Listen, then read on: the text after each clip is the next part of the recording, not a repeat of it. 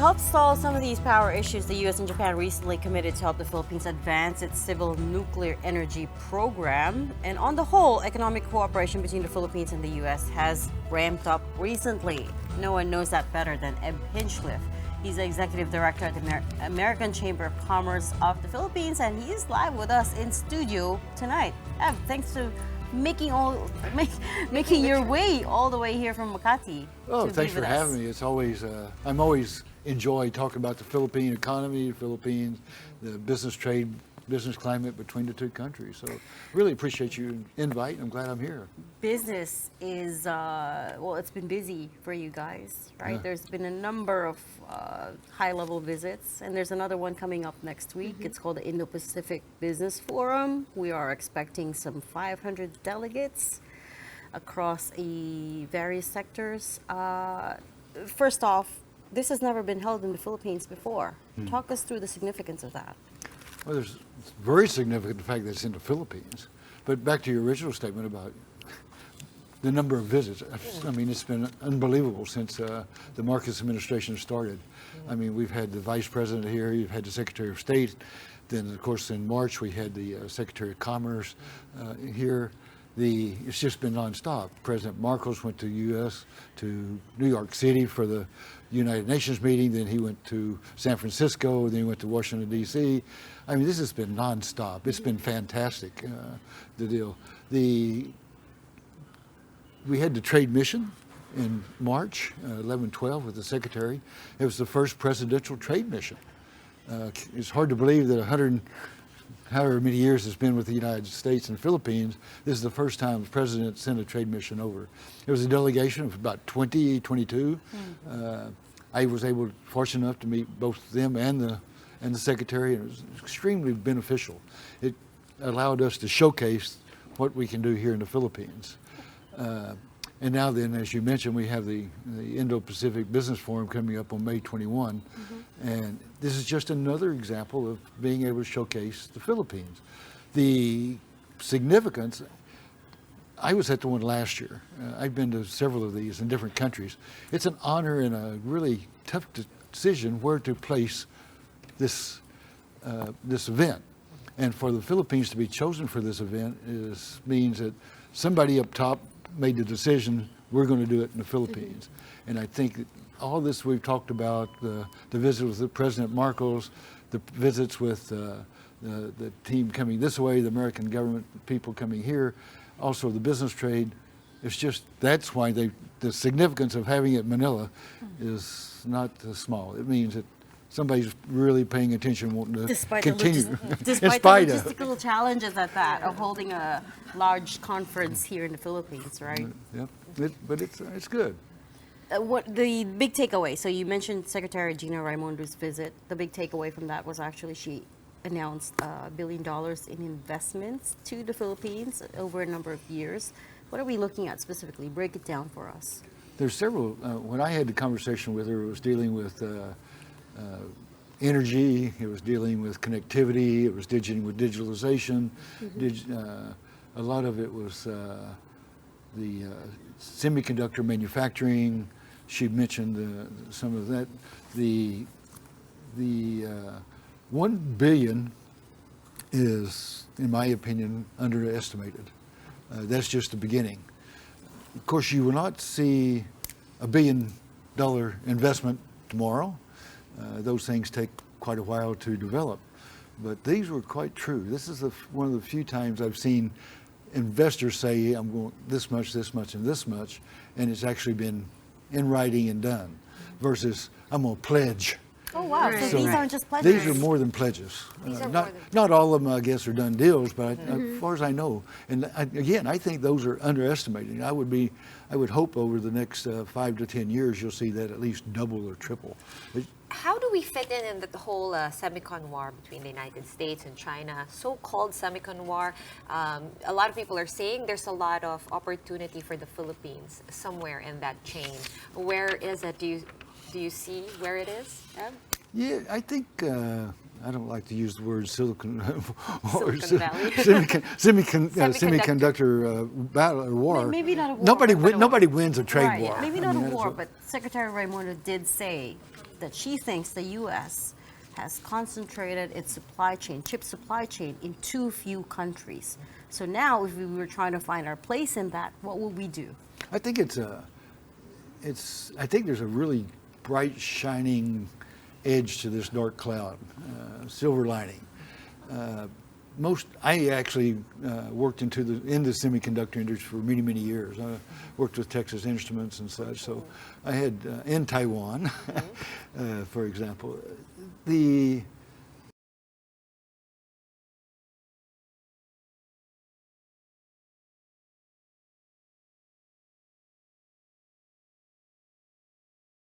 heart of the semiconductor industry in the world. They're going to continue to expand in Taiwan, but they're looking for Taiwan plus one. Okay, so they'll diversify to another spot. To another spot, so that if we have another COVID or another supply chain interruption, at least they're better for the future. And so that sets very well for the Philippines. We have 3 huge American semiconductor companies in this place. I know one of them, Texas Instruments, has announced plans to expand both their facility in Clark and in Subic. A couple of the other semiconductors are also discussing and looking into the probability of expanding here in the Philippines. This is good news. You know, this is something that's exciting that I think comes out of it. So, but it's a serious matter. We don't want. You know, I wish that the 2 countries could, China and the U.S. would find a better way to communicate and resolve this, because it's not healthy for the world economy, I don't think. But overall, I mean, there is a silver lining there that I think the Philippines will benefit from it. Okay, there's also this concept called the Luzon Economic Corridor, and that came out of the trilateral summit in Washington between the U.S., Japan, and the Philippines. What do you know about the Luzon Economic Corridor, and what can you tell us about it?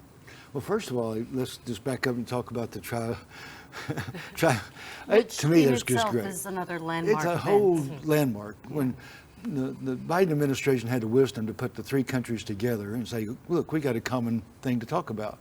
And so when you put Japan, the United States, and the Philippines all into the room together and talk about, it was amazing. And of course, the hot topic came out of it was this north-south economic corridor. The beginning of that talk was several years ago, that they would build the rail from from Subic to Clark. And I had to question mark. I didn't quite understand, because the proximity was very close. Why don't you put it on the truck and just ship it over there? Right. Why would you need a rail? But then I've been educated. I learned more about it, and we had a good discussion a few weeks back. It seems that the current north-south corridor is to Subic to Clark, Clark to maybe Northport, Northport to Batangas. And I went, that's interesting as well. Why don't you just, if you're going to Calabarzon, you ship it to Batangas. If you're NCR, maybe slightly south, slightly north, NCR, Northport. And then if you're going North Luzon, Clark, Subic, whatever, you put it into Subic. Then it become clear. What really is happening is the supply chain, the supply ships, want to make one stop. They can now have shipments going to Calabarzon, to Metro Manila, NCR, and North Luzon, and they make one stop, whether it be Subic, and they put it on the rail, it can go all the way to Batangas. Right. Or Batangas, the ship does no longer have to go Clark, or Subic, Northport, Batangas, or Right. Batangas. They can make one stop, and it really makes sense. And all along this corridor will be the economic, where you got the growth, the job creations. So that's, I think, the economic side of it. One other thing, if you don't mind, I'd like to add, that's Clark New City. Now, we're talking about manufacturing or large areas. Those companies need 2 things for sure. They need a large space, 1 hectare, 2 hectares, 3 hectares, 4 hectares. And Power. they need, and power, that's number 3, yeah. But they have that in Clark. It's really good. I've been up there and visited. But what they also need is access to a port. So when I met with Secretary Go, he explained, no, his the Biden administration, I mean, the Marcos administration is really keen to make sure that that north-south corridor rail line has a spur going to Clark New City. Clark New City has 9,450 hectares. It's massive. It's massive. And it's very modern. It's really, really good shape. It's nice, beautiful facilities. And so companies wanting to invest in the Philippines should take a very good look. If you, you know, not to say that Calabar Zone is full or something, but they're a little more expensive. Land's more expensive. And they don't have quite the size needed for some of this. Right. So Clark New City to me is key, and it plays right into this north-south corridor. Did they tell you when this whole all the infra around that area will start? Would start? Is there a timeline for that project? It's not going to take long.